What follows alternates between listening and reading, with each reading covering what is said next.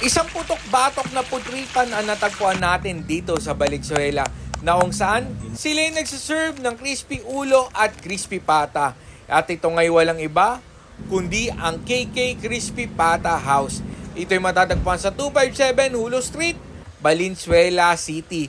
At naaktuhan nga natin kung paano nila pine-prepare ang kanilang crispy ulo at crispy pata. Unang-una, binabalot daw nila to sa katsa. Kaya daw nila ito binabalot sa katsa ay para daw kahit na lumambot na ang pinaalaman ay hindi humiwalay sa pinaabuto at manatiling buo ito. Matapos nga maibalot ay ilalagay na to sa napalaking kaldero at saka isa sa lansan.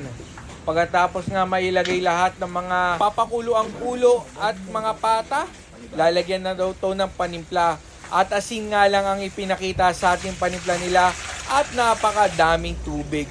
Matapos nga malagyan ng tubig ay aapuyan na to at papakuluan sa loob ng 4 hanggang 5 oras. Matapos nga ang mahabang pakuluan, ito na ang naging resulta. Buo pa rin ang pinaka karne ng baboy.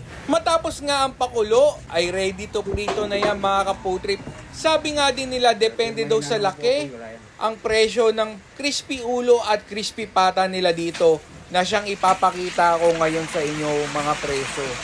At ang pinakamaganda talaga dito, sabi ni Sir Pau, ay minana niya daw sa biyena niya ang recipe ng crispy pata, crispy ulo at ng pinaka-sauce neto.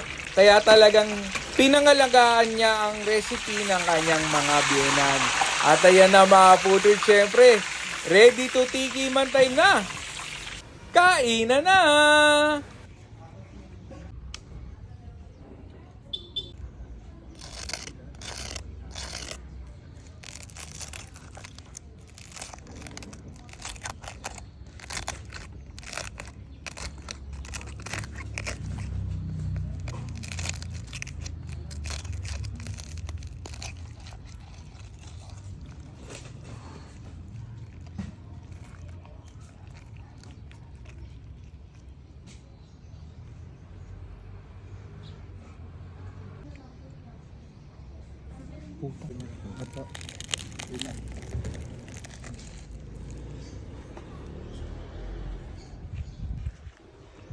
KK Crispy Pata and Crispy Ulo. At ito nga yung tenga, ginawa natin.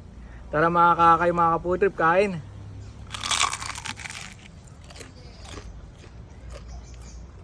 Solid. Saba. Ito.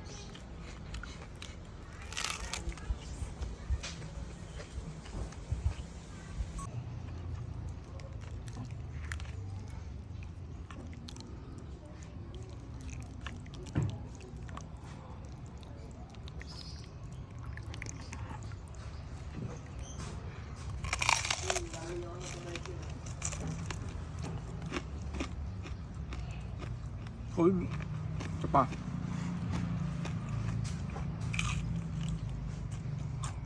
Ito pa, kuya. Ito pa. Busin mo na. Isa pa, kuya. Oo. Last na. Ano? Sarap.